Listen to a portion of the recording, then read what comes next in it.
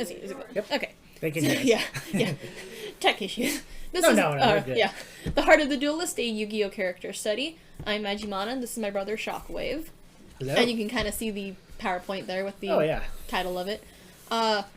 So, basically, as the title says, we're going to analyze some Yu-Gi-Oh! Characters. And the way it's going to work, you guys will kind of chime in, pick out what characters you want to do. Unfortunately, although Playmaker / Hisaku is on the picture, I haven't actually watched Reigns yet. I've been meaning to, so we're gonna have to leave Reigns off the list. It's one of those things that you can't really find. Yeah, it's properly. like I don't think it really aired in the U.S. It hasn't. Yeah, it hasn't aired in the States yet, and I mean, no offense for those who like the subs, but I do lean towards the dubs because I can't read and watch the show at the same time. I'm not good at multitasking. It's like you're basically there to watch the anime, not read the anime. Yeah, it's like that's how I think of it. If I'd read the manga if that's what it was. So, but yeah, as I said, I'll go ahead give you guys an example. So we've got a PowerPoint here. So we'll pick a character, and I'm going to go ahead and just use the character I'm cosplaying, Kasara, right now. So we'll pick on the series that the character is from. Click on their name from this very long list because there's a lot of characters in each show. And there we get a picture of them. So that way you guys can, get an idea of who we're talking about as that reference point. So if you're not familiar with that character, you can kind of see it as we discuss from there. Yeah. And then it's also this little pop figure that's right in front of us. Yeah, it's like I had to cosplay as that, and unfortunately when I cosplay as Kasara, most people don't know who I'm dressing as, and the blue eyes and the Kaiba pop phone are about the only clues as to even what show I'm from. Yeah, obviously they just did not watch which arc was this? The very last arc of the original Dawn of the Duel / Millennium World, whatever you guys want to call it. So, then we'll go back, and we're back to our... Yeah, let's see. So, do we have any characters wanting to Kaiba. Of course. Good old Kaiba. I swear, every time I start this panel, Kaiba's always the first one picked. Yeah, I see, the first one I saw was Kaiba. Yes. I love Kaiba. I like that artwork, too. Wow. I don't remember if I built this panel kind of going off of Google Images on it there, but yeah, that was good artwork for Kaiba. He is, well, fun fact to start off with, Kaiba was originally intended to be a one-off character in the manga. As, when they did the Magic, I think it was called Magic and Wizards, but they're basically duel monsters. They did it, he's actually based off of a real person. There's one of the things in the manga they talk about, Kazuki Takahashi knew someone who... They were at a card game, they went to someone, and this person told them, yeah, come back and learn how to play this card game after you've collected 1,000 cards, or however many it was, and it peeved off Kazuki Takahashi. Was like, that's a good idea for a character. Yeah, there you go. That's the perfect motivation. Yeah. And they had it was a 2-parter duel in the manga. It was not the duel that became the pilot for the international anime, and Kazuki Takahashi essentially got a lot of fan mail saying, hey, we like Kaiba, we like this Magic and Wizards game, why don't... And it's like, okay, I'm gonna come back, I'm gonna do another arc. So he brought back Kaiba, he introduced Mokuba, who, in the manga, Mokuba is not the sweet kid we know in the anime. He literally has a child gang that, like, kidnaps Yugi and forces him to play a rigged game of capsule monsters. Really? Yeah. So, but they did that, and they had the arc Death Tea, which, again, the manga's really kind of dark and messed up. They did it, and then the final round, Yugi and Kaiba duel, and that's essentially the duel that became the pilot the pilot episode for the international anime. And, yeah, but I was like, I like how he, especially as he acts, he's this huge jerk to practically everyone except Mokuba. And the way I kind of see it, he kind of has, like, these rings that he does. Like, okay, he has people he lets in, which is Mokuba. People he begrudgingly trusts, like there's kind of Roland, because his security guard, because obviously Roland has his trust since Roland's always there to help him, because Kaiba can't deal with a lot of this stuff on his own. He might say he can, but no, he can't. Yeah. And then there's begrudgingly he lets Yugi and the gang in, and that he, he's not openly nice to them, but he doesn't necessarily want to see them hurt. Like, it's like, okay, they're in trouble, he'll begrudgingly give them a ride home, or... help them get out of whatever situation they found themselves in. And one of the main things I kind of see is with him is that his actions speak a lot louder than his words. Because, as I said, he's almost like never says anything nice to anyone.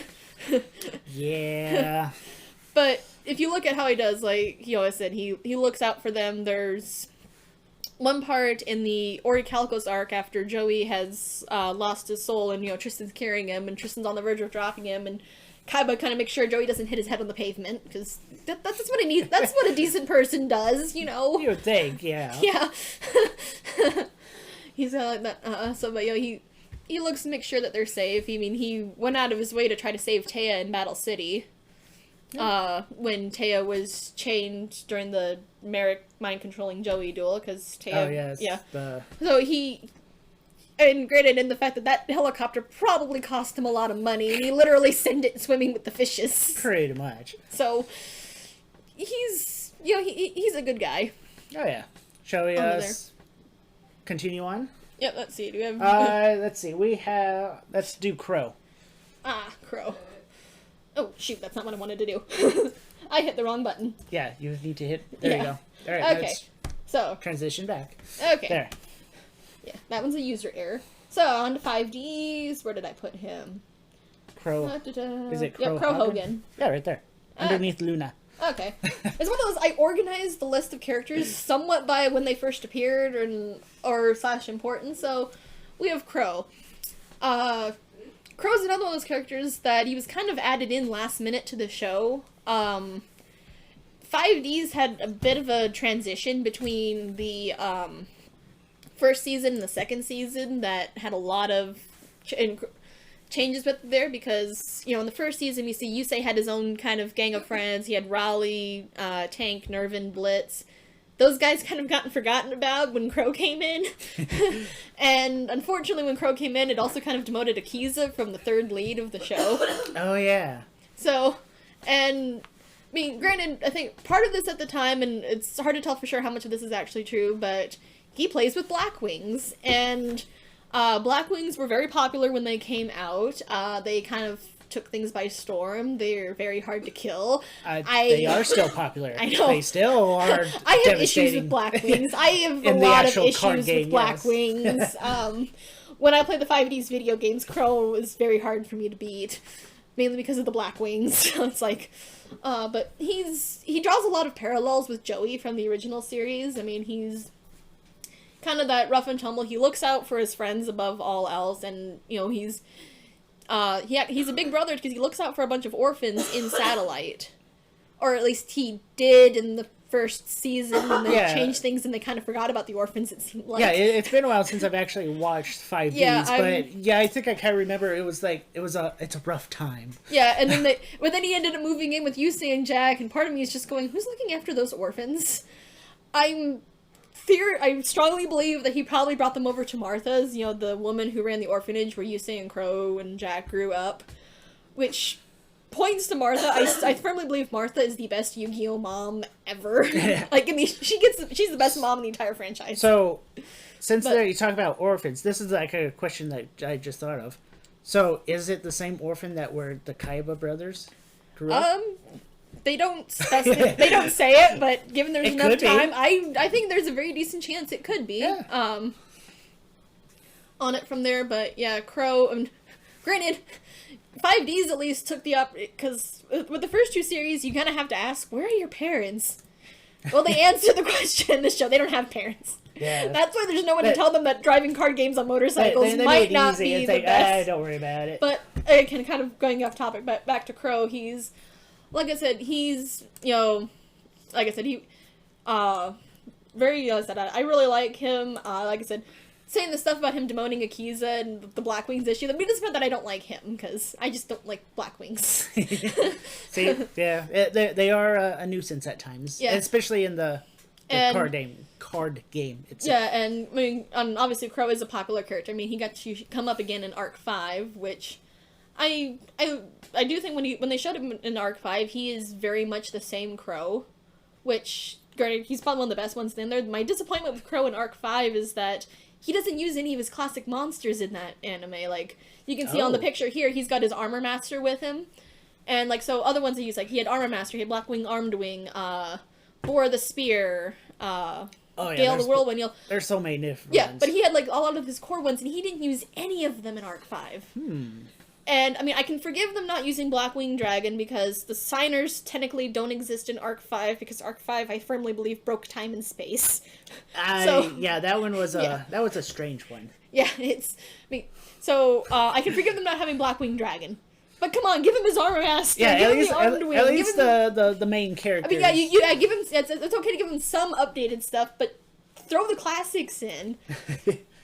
But yeah, so I really liked the arc where he's when he actually finds his signer dragon and he's solving what happened to his friend who had given him basically the mission of looking after the orphans, given him his dual runner.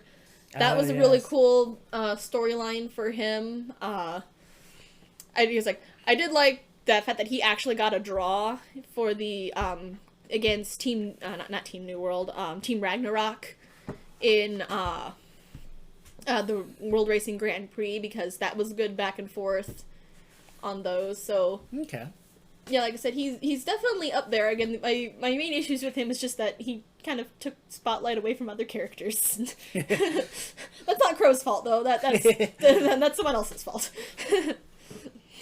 So yeah, it looks like somebody's challenging somebody else to a duel. Okay. But anyway, back to the characters. Okay. So I think I saw. Let's see, where was it? Yusei. Oh, Yusei. So we will. Yeah, don't hit escape. Yeah, I'm not gonna do that again. So, Yusei. Honestly, Yusei is probably one of my absolute favorite characters in 5Ds. He gets a little bit of points for the fact that he's voiced by the same guy who voiced Tristan, and I do really love Tristan in the original series too. At least dub-wise. Oh, is it really? Yeah, it's Greg Abbey for both. Oh, I guess I didn't realize that. Yeah, and he stepped it up. Oh yeah.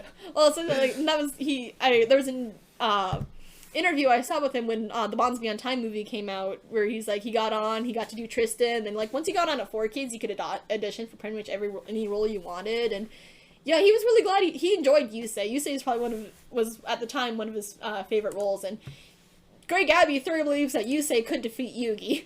I'm not gonna try to debate that too much at this point because, well, that's not we'd be here forever trying to figure out who would actually win, aside from actually getting them to duel. But yeah, okay. Yusei being he's definitely a little bit different from especially beforehand where we had Yugi who was a lot more quiet like Yusei, but he would also he was definitely kind of social in his regard. Yusei is kind of he sits in the back of the room and lets everybody else talk around him while he's just fixing his mechanics. And that's kind of thing, like, and I kind of believe with Yusei is that he's the rare protagonist where he's a duelist by necessity. Because if you notice, and maybe not so much with Yugi, but Yugi joins the tournaments to be he's winning in there to save his grandpa. He kind of got sucked into the tournament to Yugi, save the world. Yeah, but afterwards, Yugi still enjoys playing, and you can see that Yugi's still being a duelist long after the series. At the end of 5Ds, Yusei isn't a professional duelist, he's a scientist.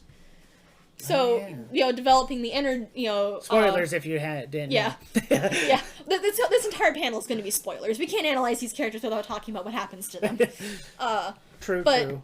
So he became the duelist because, well, in Satellite, they had to form the duel gang and trying to kind of clean the area up a bit because, obviously, security and the people from the New Domino City weren't going to care.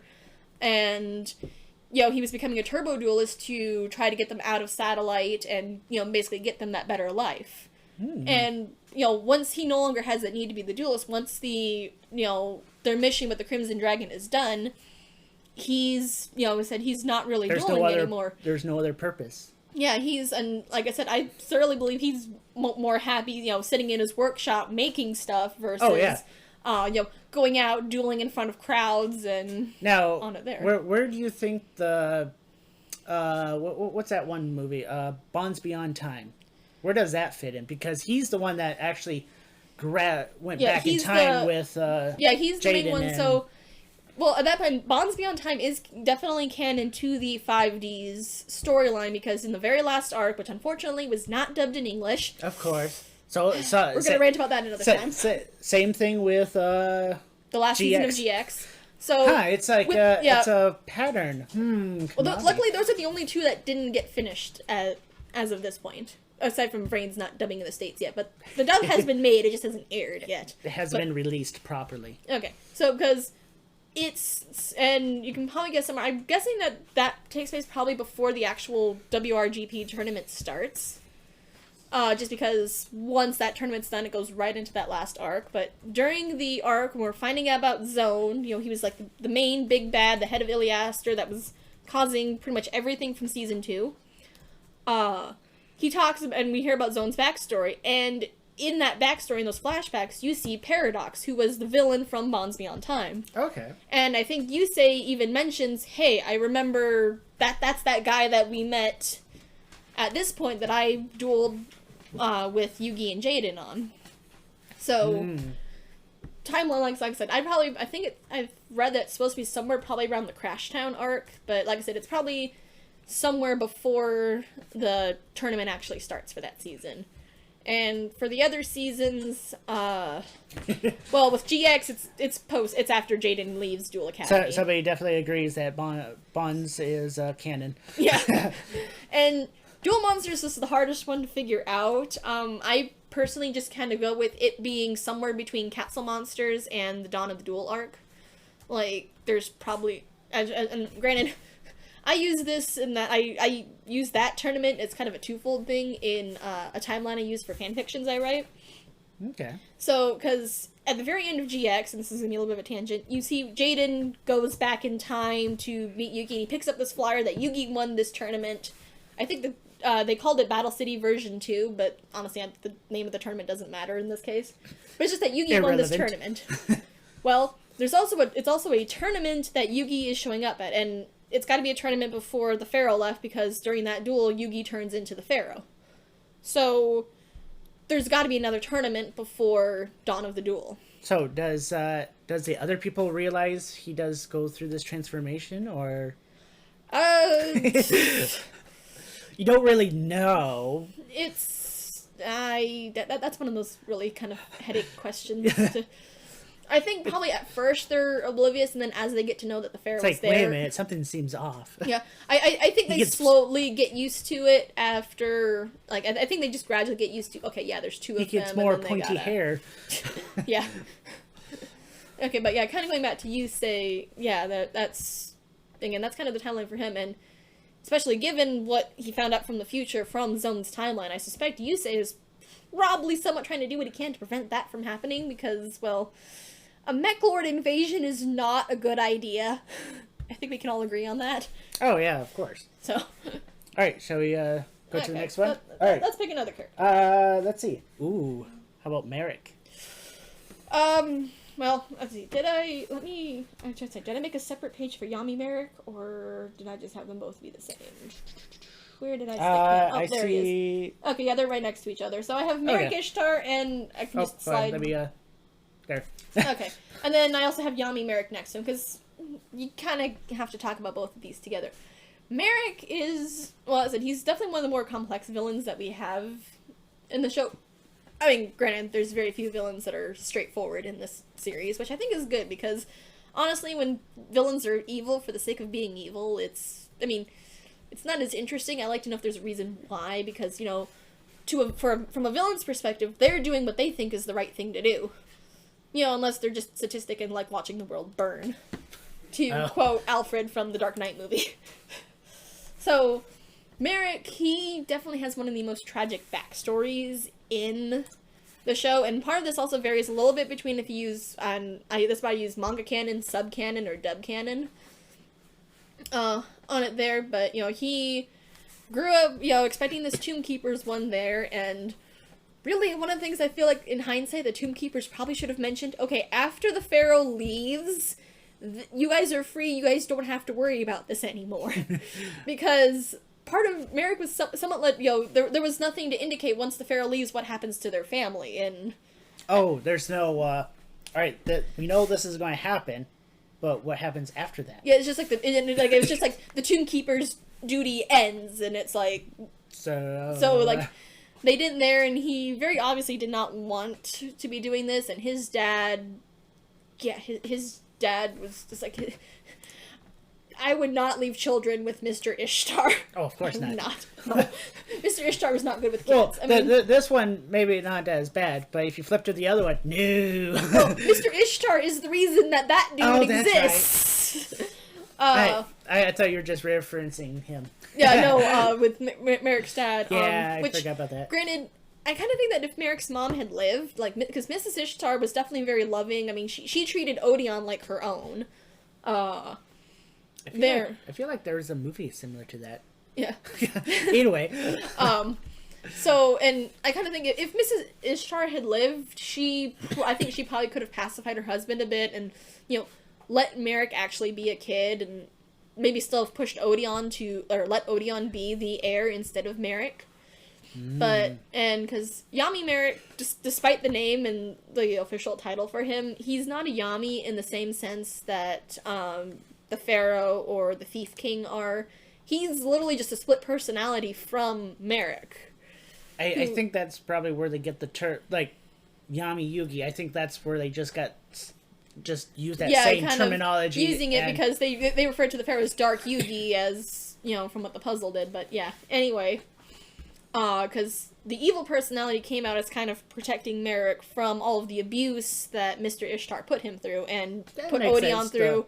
I mean, Ishizu, outwise, he probably has the least amount of scars, but given that she was a girl and he didn't seem to care as much about whether or not she was obeying, and he put all of his focus on Merrick, she was probably ignored. There's probably a lot of speculation you could probably make with that. I mean, there's one of those.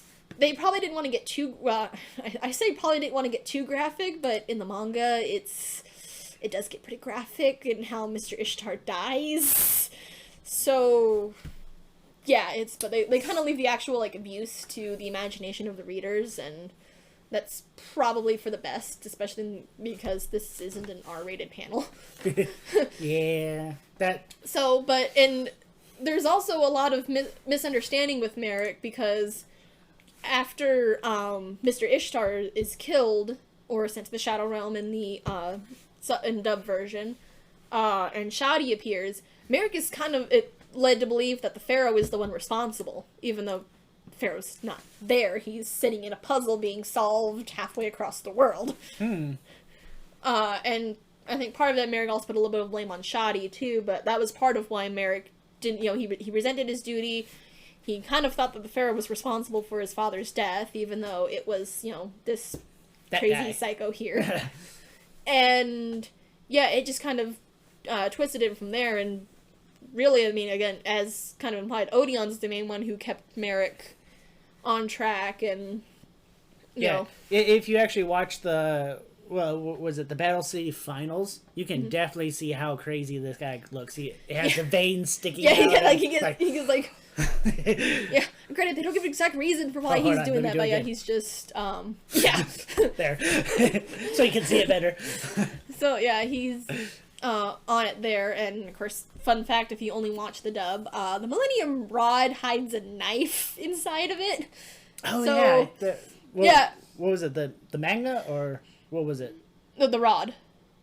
Or what series had that one? The manga, or was it in the anime? In both. Okay. You never see it in the dub because the dub kind of censors the manga, so you never saw it. But yeah, and lots of people talked about that censorship, I think, in the last hour. So you already got a good spoonful of that. Yeah, and granted, there's plenty more. I'm not gonna say that the censorship is all bad. I mean, I get it in some cases, and in all honesty, I think the Shadow Realm is brilliant. Because I feel like it kind of makes things a lot worse for the characters, because if you think about it, when somebody dies, most people like to think that they move on to somewhere nice and, be at peace. The Shadow Realm is not that nice place. No. It's so, instead of thinking that they've moved on to somewhere nice and peaceful, no, you're being told that they're in a realm full of torture and it's not a good place for them to be in. No, of course not. So, and I think it also just kind of makes sense because you have characters that are supposedly dead, but then they get resurrected for no reason. Yeah, there's not a really good reasoning for why they're exposed. So being sent to the Shadow Realm and being saved from the Shadow Realm makes a lot more sense, I think, in the context of that story. So. Since we're sticking around with the same era, do you have one for what's this guy's name? Bobosa? Bobasa. Bobasa? Yeah. Bobasa, I'm not always sure what to make of Bobasa, but I think I put him on here. Where did he go? He's in the very last arc Oh, there he is. Right under Kisara. Babasa. I kind of feel like he's Yu-Gi-Oh's answer to Aladdin's genie. Yeah, I actually had to Google. I was like, I don't remember this one, so I have to. So I mean, he has a drastically different role between the manga and the anime. So, it's one of those I've read about the manga in it because I've seen the anime adaptation. But in the manga, he was essentially the person who opened the gate for them to go to the memory world, and I think I saw a picture that he could like mold all the Millennium items on his stomach. I don't know, it was kind of weird. So I like his anime one where, like I said, he's kind of like Aladdin's genie. He's, when you get there and they don't. Oh yeah. Yeah.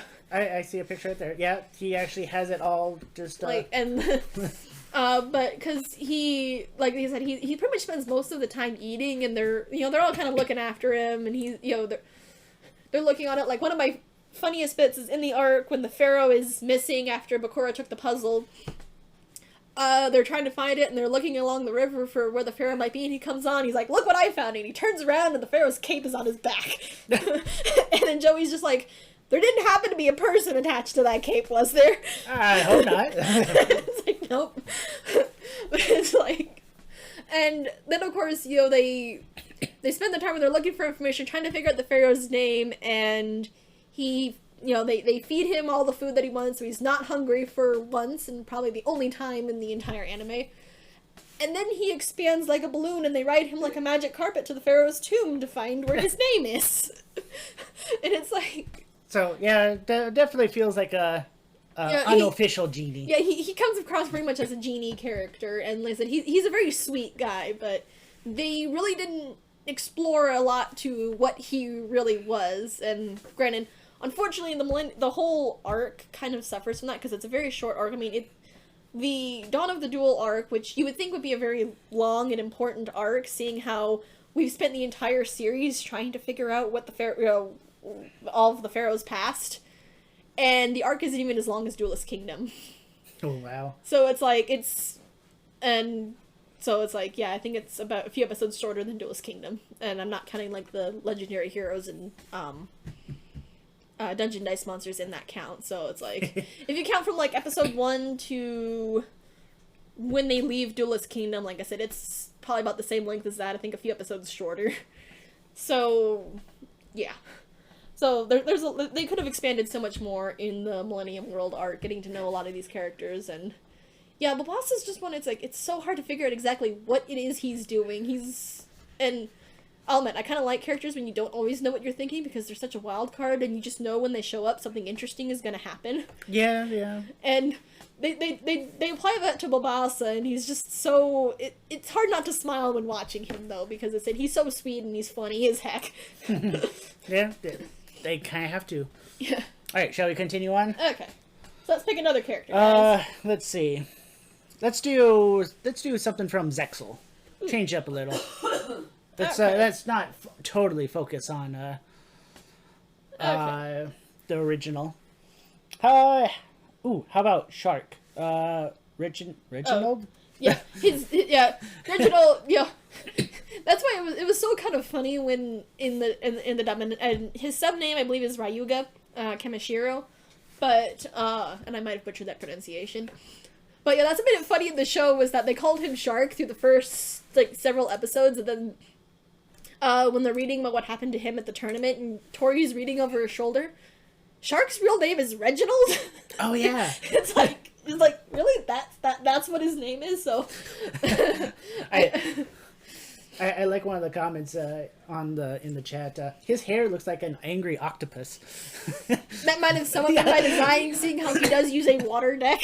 Yeah, Shark. What do you expect? Yeah, I mean that's why his nickname is Shark, also because he duels with sharks. Yeah. I mean, it's kind of obvious. I don't think they could have been more on the nose with that. Too bad it's not like a mohawk with the so you show more of the dorsal fin. I don't think that would have been a good look. So Shark, kind of is if you notice with Yu-Gi-Oh, they always seem to have like the protagonist, the rival, and the third person you can argue as a best friend or a secondary rival, But Shark definitely fills that number 3 slot if you consider Kite the rival. And in this case, they're kind of two rivals, because both Kite and Shark kind of go back and forth for that. But Shark, I think, is definitely one of the most... he's probably one of my absolute favorite characters in Zexal. He starts off in that Kaiba role. He's the antagonist that Yuma has to defeat in the first episode. And, again, he, kind of like Kaiba, he comes across as this typical bully. He's beating up on Bronk because he can, because he's kind of angry at the world. And then when you find out why he's so angry, that he was, manipulated into being thrown out of the national tournament. His sister nearly died in a fire. Oh, yeah. And, started by the guy who got him thrown out of the national tournament. Of course. Yeah. That's usually how it always is. And then in the second season, when they start finding about the Barians and his connection with them, it's like there's so much that this kid has to deal with, and technically the characters in Zexal are like 13 or 14, and it's like, I don't know how I would be dealing with these when I was 14. Yeah. So, on it there, and, he, like I said, kind of like with Kaiba and those, he gets that grudgingly, like, I think he respects Yugi, and he trusts Yuma, and that Yuma helped straighten him out. He put him back on that better path, and unlike Kaiba, who refuses to accept any kind of advice on it there. See, this is where it's also very hard to not talk about Kaiba in comparison to other characters sometimes. Kaiba, I swear, sometimes Kaiba has a bigger impact on the show than Yugi does. Yeah, even when Kaiba just like gives there was one I think it was when they were dueling Noah. Mm-hmm. He's like, don't screw up. Yeah, that's like that's Kaiba's encouragement. Don't screw up. And Shark kind of does that too, but I mean, I think one of my favorite instances with Shark showing how much he cares is in the second season. We have Yuma just got his butt handed to him by Mizar, the Galaxy Eyes user from the Barians, and Yuma he's kind of broken. He has no idea. Like, I mean, they got beat so bad the two of them ended up in the hospital. Yuma because he fell off a cliff, and Shark tried to catch him and ended up falling off the cliff with him. Well. It's like, this is what Shark gets for caring. And Yuma's, like, pretty much at the point, like, I'm not gonna, like, I can't do this, there's no way I can beat them. And Shark essentially drags him to the roof, or I shouldn't say drag, but he kind of took the golden key, which is Yuma's equivalent to the Millennium Puzzle and what holds Astral, up to the roof and said, you're not getting this back until you beat me in a duel. And Yuma, like, is so freaked out now, he's like, he's not even attacking, and then Shark in the middle of the duel just goes, fine, tosses him the key, use Astral, come at me! There you go. And even then, it's like, okay, finally, Yuma got back, and I don't remember actually how the duel ended. I think Yuma won because protagonist power. Of course. But it's obvious. That was Shark's motivating, getting Yuma off his butt and fighting again, which made... the last arc, and this is why I say with Zexal, like, Zexal was kind of hard to get into at first, because it took so long to set the stage and get to know the characters, and Yuma was really kind of annoying. But once the tournament got going, and you knew all the stakes that were going in, and what was driving each character, gosh, you had to give each character a hug, because, boy, these guys are suffering. Yeah. It's like, oh, okay, come here. It's okay. It's okay. All right, shall we continue?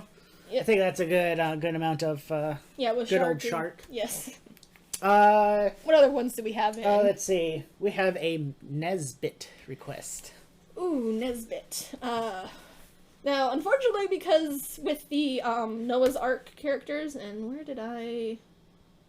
Oh, I think I just put it as Big Five because... Okay. Yeah, that makes sense. On it with there, because with the Big Five, they didn't give these guys... I mean, they were basically corporate goons who were in for the money. And really add any kind of... there's not a whole lot really to look at them, so unfortunately, to kind of get into them a little bit, we have to do some headcanonings, and they expand a little bit with, like, Crump kind of grew up not that loved by his parents. That's why he really liked penguins, even to a creepy amount, and he became an accountant because he liked to count things. So, on it there, and with Nesbit, part of the headcanon on it there is, I mean, you notice he always kind of talks in a monotone. He's always very much more comfortable with his machines and his gadgets, and Don't on it there as opposed to... Yeah, I'm sitting next to the guy. Robotic Knight was one of his... And Machine King were some of his favorite cards. They were. Always. They still are. So it's like... When he liked that duel just because he got to see the Machine King. It really was, because it's machines. Look at the setup. I had to build it, so yeah. Yeah, he does all the tech. I'm just here to talk about the stuff. Person. Yeah. So, with Nesbitt there, because, yeah, again, he kind of had it on there, so I kind of wonder, and admittedly, I have a little bit of a headcanon that maybe, and this is one of those, probably really grasping at straws, but... You notice that when Kaiba got rid of the lab, Nesbitt was really particularly upset. Now, I mean, granted, yeah, all the stuff that he was working on, but he probably had a backup somewhere. I mean, he could easily have built another lab. So, yeah, like, you know... I would have planned for that. Yeah. So obviously, he didn't. Yeah. So, I mean, it's like, and so I kind of wonder if maybe he, and again, this is where I'm really kind of headcanoning on this, he maybe he had a nephew or someone, and he was working on building, like, some kind of really nice gift. Like I said, I like to somewhat imagine these villains having a little bit of a heart. Maybe not a whole lot, but at least enough for, like, those rare people they care about. And maybe that was in the lab, and that's why he was so...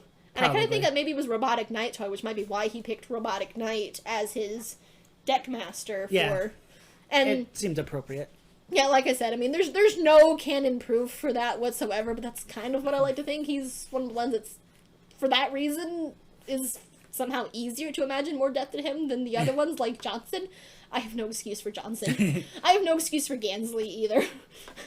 There is actually I think there's a couple new cards that were just released, maybe a month or two ago. Yeah, probably somewhere in there. That actually has its... ones that are based on appliances.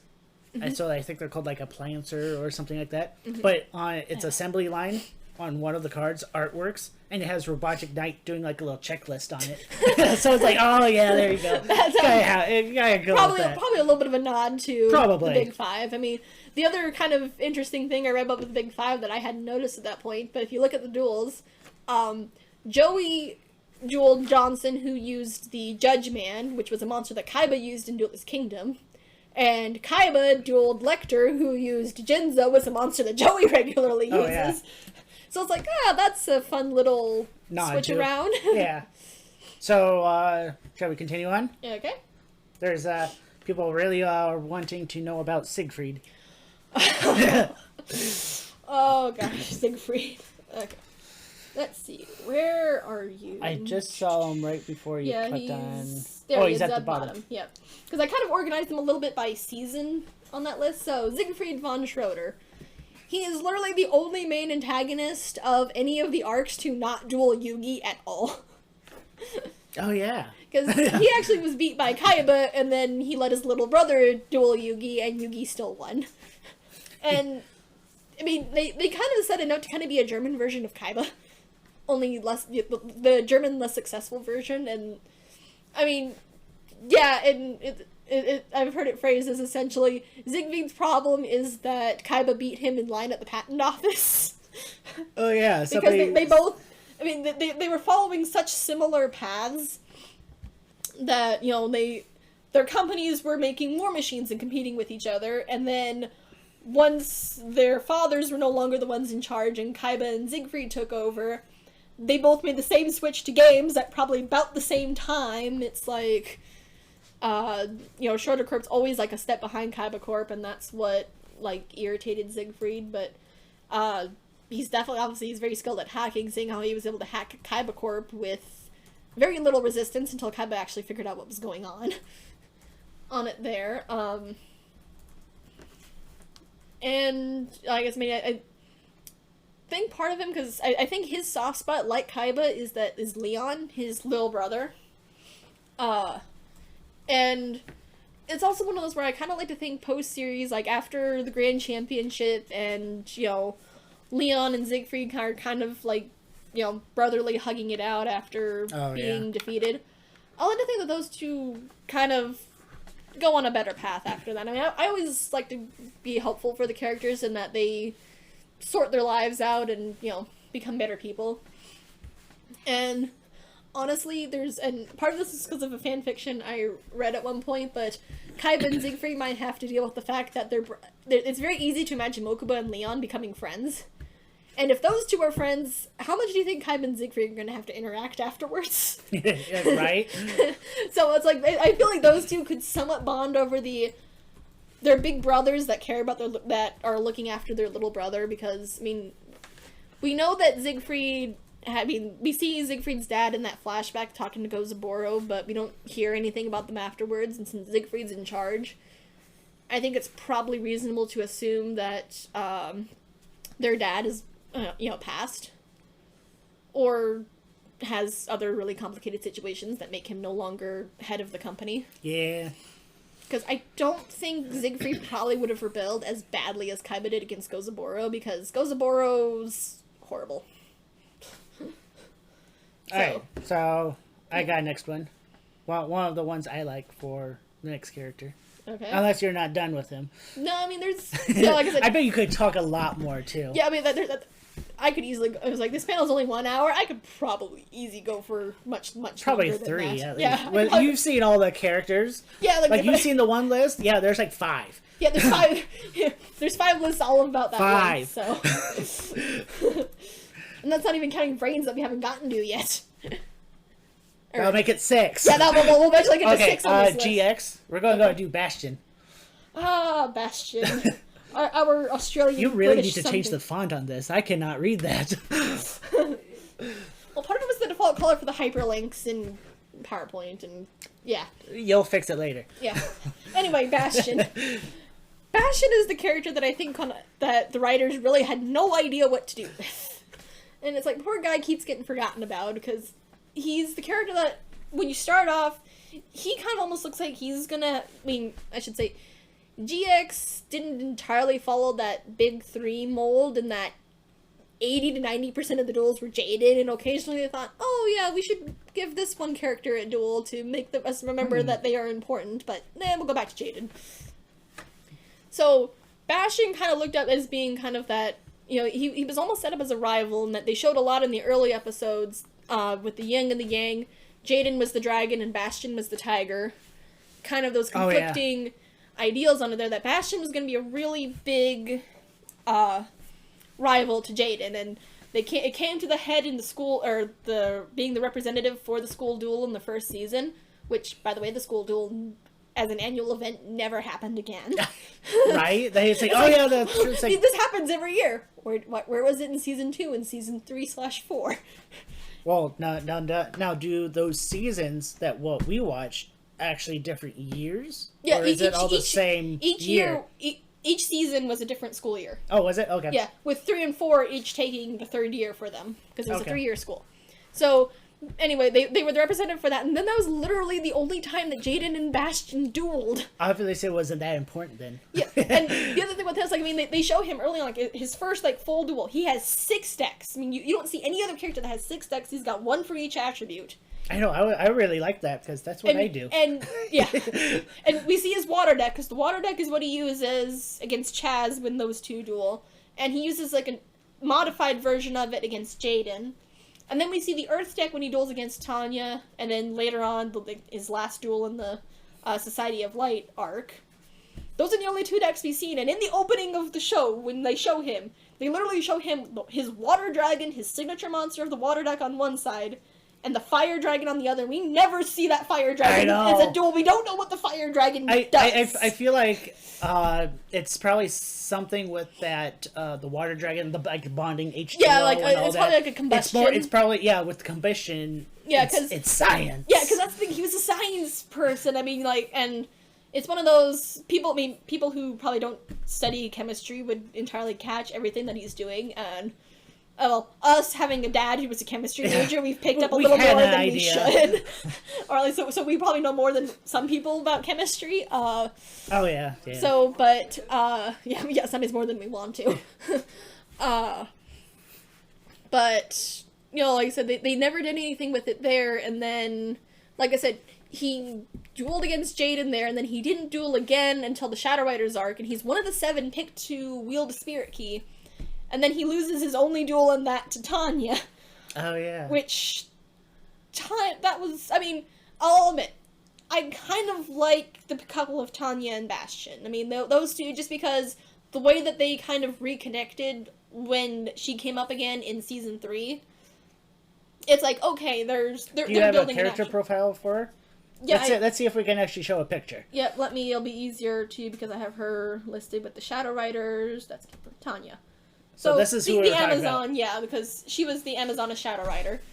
So, but with Bastion, and like I said, he dueled there, and then they kind of just forgot about him. I mean, yeah, he was there for very custody counts because he's the brains of the group, so he's the one who kind of analyzes some people's cards as they're doing it, but at the same time, it's very hard to analyze Jaden because nobody knows what Jaden is thinking. I don't think Jaden knows what Jaden doesn't know what he's thinking either.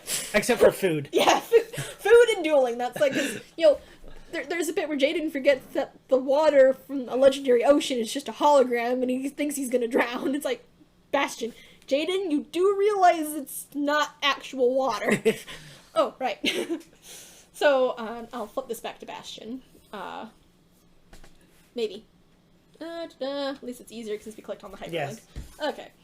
On it there, but I said, yeah, he didn't duel. He was kind of there. I think his last duel was again against Chaz, which made him join the Society of Light, which I don't think he was actually brainwashed into joining it like Chaz or Alexis were, which kind of leads to a little bit of a theory I have in that the brainwashing was kind of only for those who were not willing to join. Like, if you were willing to join, it's like, you want to join, so they didn't have to force you into doing it. And that's kind of what led, because they played on his insecurities about... Oh, yeah. Because at that point, every duelist in Raw was drafted into the society except for Bastion. Which just kind of made Bastion like, what, I'm not good enough, they don't want to try to force me in? So that's what led him to... So, but yeah, and then they didn't have to defeat him to free him. He just went, oh, I admire the scientist. I'm ditching the society to go follow the scientist. It's like, dude. And then he's literally not on campus until the school gets sucked into that desert dimension. So it's like, and nobody even noticed he was gone. It's like, oh, Bastion. So it's like, it does kind of feel like the writers really just didn't know what to do with him. It really does. Because as more rivals came in, they introduced Aster. They had their arc with Zane, although Zane and Jaden never dueled again after the graduation match. Not really. Well, yes, like I think they had one that did not complete. But yes, they had Aster. They weren't even entirely sure what to do with Chaz sometimes, and Chaz was supposed to be the main rival to Jaden. I know, right? And then he joined them. It basically was the Kaiba wannabe. Yeah. Well, he kind of was. All right. Shall we continue on? Yeah. All right. Let's do one of my favorite ones. Pegasus. Oh, Pegasus. The creator of... Pegasus is definitely one of my favorite villains. There he is. But that, of course... Oh, you had to pick that picture. Well, let's face it, that picture kind of... that shows off Pegasus's personality. What is he holding? He's holding his Funny Buddy comic. Oh, is that what it is? Yeah. It's funny because he always loved reading cartoons. So it's like, the one thing about Pegasus I wish we could have seen more of was his wife, Cecilia. And I know that's one of those also where dub canon showed them actually getting married. I don't think they got married in the sub, but, let's face it, those two are destined to be together. That ship is canon. Yeah. But so much of with him on it there, I mean, a lot of his evil stuff, I think, just came from the dark magic of the eye kind of manipulating him. Maybe just a little, yeah. I mean, the only other person that we've seen that wielded the eye before him was Akhenaten, who was the guy who created the items way back in Egypt. And oh, yes, that's not a very good influence regardless, so... Yeah. Well, Akhenaten's also a complex guy. I don't think Akhenaten is pure evil either, but despite what he did to the character I'm dressing as. Yeah.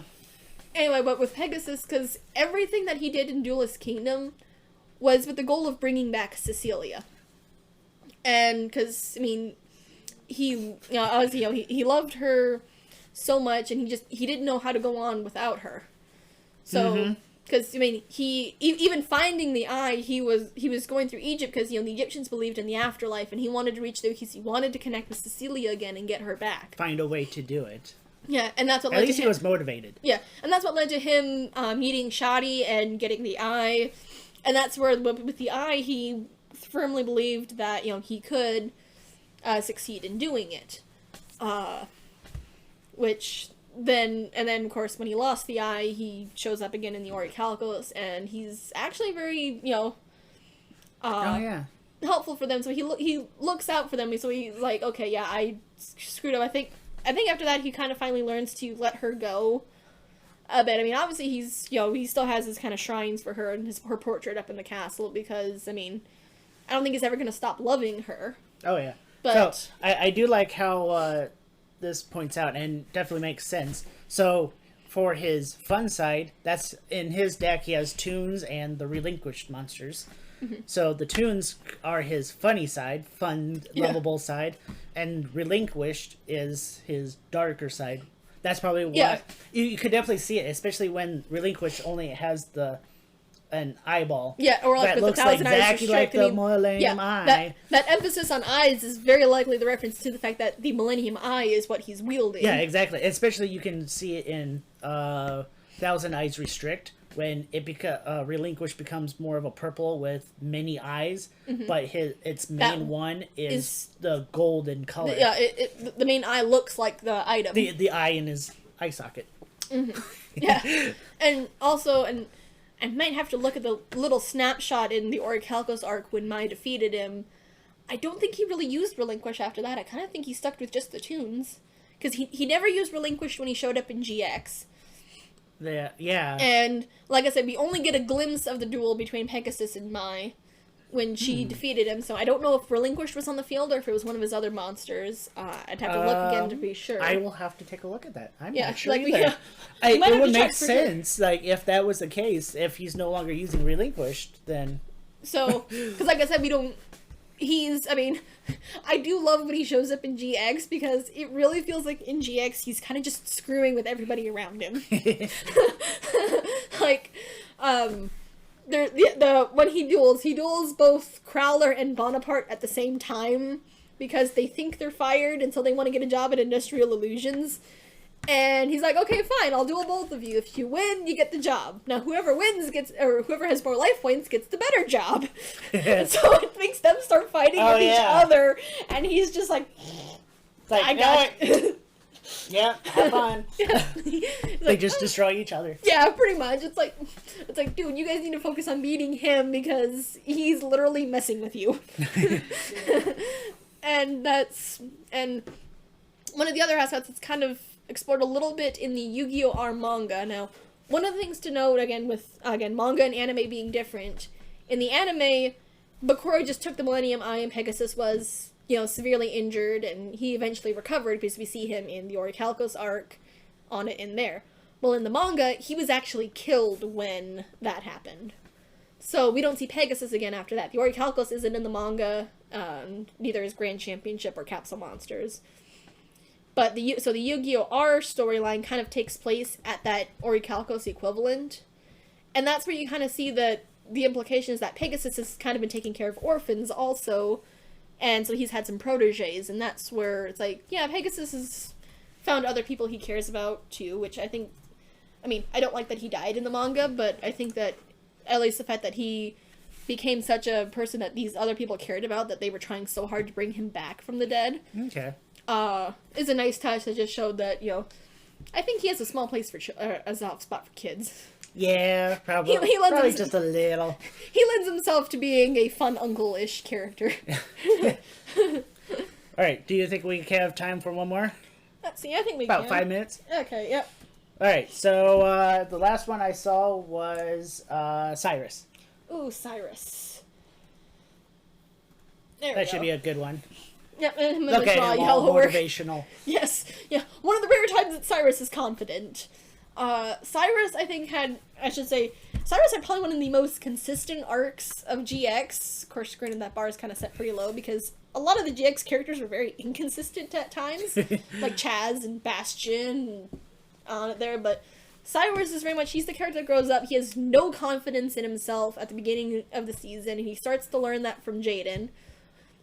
Yep. And, he kind of grows, and they make it very gradual in that, he's always intimidated by Zane, because Zane's this top duelist of the school, nobody messes with Zane. And then you get his little brother, who's a Slifer Red, flunks his tests. That there's no motivation behind it, or whatsoever. Yeah. It's like, there's no... He knows that he has to... he has that pressure of having to live up to the high stakes, but he just... bends under pressure, per se. Like, he doesn't, because he thinks that no matter what he does, he's not going to be as good as Zane. Yeah, exactly. And he kind of slowly starts to stand on his own, and even gets to the point that when Zane takes that drastic personality flip, which the Truesdale parents are ones that I definitely have to wonder where they are in GX, given what happens with Zane and Cyrus. But with Cyrus, he gets to the point, he gets himself promoted to Raw Yellow, he's doing on himself. Unfortunately, he also goes 30 episodes without a duel in the series, because, again, Jaden gets 90% of them. Oh, I know, right? Because it's like, he teams up with Jaden against the Paradox Brothers, and I don't think he duels again until he duels Missy for his Raw promotion in the next season. And I was like, that's kind of sad. Yeah, just a little... It's like, you're one of the main three, and that's what you're getting. And then he, there's that, and then... The other duel that I can think of is when he was facing against Zane. Yeah, I mean, he got enough confidence that he basically stood up to Zane and said, like, dude, this isn't right. This isn't what you taught me and everybody else here. That everybody at the school looks up to you, and this isn't you at all. I need to knock some sense into you. And granted, this is also after Atticus tried something very similar, and Atticus got his butt handed to him. And Atticus was even using Night Shroud's deck. Oh, yeah. Yeah, so... On one hand, it's probably a good thing that Zane won that duel, because it put Night Shroud back in the bottle, because I don't think we wanted to deal with Night Shroud at that point. Just in case. Yeah. So, and it's like a happy accident, really. Yeah. but granted, I mean, and Cyrus ended up in the hospital after this, and that was because Zane was just so brutal at that point, but... I think it still kind of knocked Zane out of it a little bit, that Zane kind of started backing off after that. I mean, we didn't see Zane duel again until the 3rd season, or really see much of Zane at all after that. Oh, yeah. For a while, because they keep forgetting about characters in favor of Jaden. Yeah, it's like they forget to bring people back. Not from the dead, but... yeah, it's like, oh yeah. It's like, oh yeah, we had this guy. This character. But, and it's also kind of nice that they acknowledge that after, or at least... in the part where Jaden is transitioning into the Supreme King and Cyrus is on his own, and Cyrus essentially makes the duel that, especially when they're in a world where you lose a duel, you die or get sent, Sent to the Stars was their equivalent of the Shadow Realm for that arc, which, again, makes a lot more sense because the characters aren't actually dead, they are literally sent to another dimension. On it there, and Cyrus is kind of freaking out a little bit about how much Jaden has changed at that point, and Zane points out to him, you had the courage to stand up to me and tell me that I was doing things wrong. Why can't you do that for Jaden, too? Mm-hmm. And that's why also I think it was fitting for when everybody was being sacrificed to make super polymerization, and Cyrus was supposed to be one of those ones, and his was Doubt. Because Doubt is Cyrus's enemy throughout the entire series. He's always comes back to doubting himself. And the main thing he just learns that if he's not doubting himself, he's actually doing pretty good. It's when he gets inside his own head and starts second-guessing what he's doing is when he starts to fail. So, pretty much. But, like I said, that's what I said. His growth, it was so much behind the scenes for a lot of it, but he had one of the steadiest growths ever for GX. And to the point that he actually did surpass Zane at the end and took over the cyber style. So. Okay. So, I think our time is pretty much up. So, I think we had a good wrap up. I think we talked more about the original Yu-Gi-Oh! Series. And... Well, yeah, it's like every time I've done this panel, it always seems to be original series gets the most character picks, followed by GX, and like I said, this I think this is the first time I've ever made it to actually made it to Zach Solman doing this panel, because it's always the first 3 series that gets picked, and like I've yet to have someone pick anything from Arc 5, which is probably good because I haven't entirely finished Arc 5 yet. I'm about halfway through. Yeah, it's I do like work in progress. Yeah, I really just need to sit down and finish it. I keep getting distracted by writing my other fan fictions, which take place in GX and DM. Yeah, pretty much. But it's like you only have so much time, and it doesn't really help when it wasn't released properly. Yeah. So well, that's the Reigns issue. I really do need to watch Reigns. I want to watch Reigns. I don't know how I'm gonna feel about Sevens. I've looked at the premise for it, and I don't know about that one either. That one, I don't know. I mean, I don't want to judge it without actually watching it just yet, but I don't know. Yeah. The main thing that's probably going to get that I have hope for in Sevens is that we get a relevant female duelist, because none of the girls stay relevant through their entire series. They get reduced to cheerleaders and plot devices by the end. Okay, well, I think that's our time for us. One last thing before we go. Don't forget we have our charity going on. Feel free to donate. The website is, I have to look at it again, autismnebraska.org/NebrasKon -donations. Just go there, just click on the link, you'll find it. I think I've seen several times it's posted in chat, so definitely go give your support. Now coming up right now is going to be it looks like a talk about AMV and with their editors, so this should be a fun one. So we'll give you a go right there, and keep on watching. All right, let me do that.